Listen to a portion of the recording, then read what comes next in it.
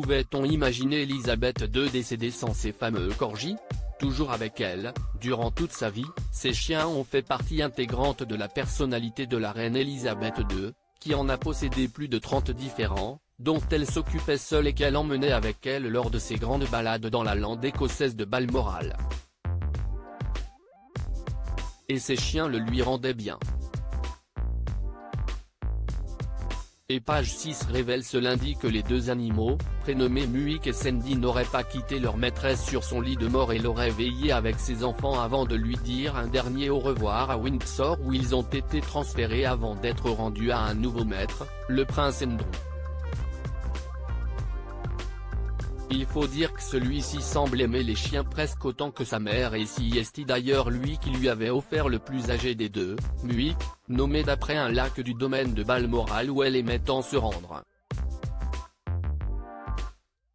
À l'époque, le duc d'York avait espéré distraire sa mère, inquiète de l'état de santé son mari, le prince Philippe, finalement décédé en avril 2021, à 99 ans et en pleine pandémie. Le deuxième corgi, Sandy, vient quant à lui de la fille du prince Andrew, la princesse Béatrice, qui en avait fait cadeau à sa grand-mère quelques mois plus tôt après la mort de son animal précédent. Les deux chiens, qui vont bien selon le prince William, s'apprêtent en tout cas à vivre une toute autre vie avec le prince Andrew qui réside quant à lui dans une grande bâtisse sur le domaine de Windsor. Le prince Andrew à la retraite avec ses corgis, un prince que l'on ne devrait pas revoir de sitôt dans l'entourage de la royauté britannique, longtemps protégé par sa mère, dont il était le chouchou, il devrait au contraire être radicalement écarté de l'entourage de son frère, le roi Charles III.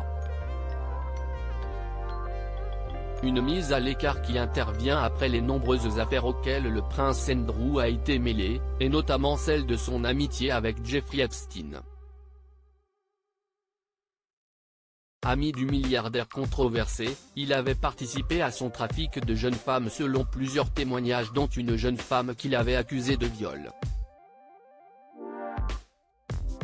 Pour éviter le procès, le quinquagénaire avait dû lui verser une grosse somme d'argent.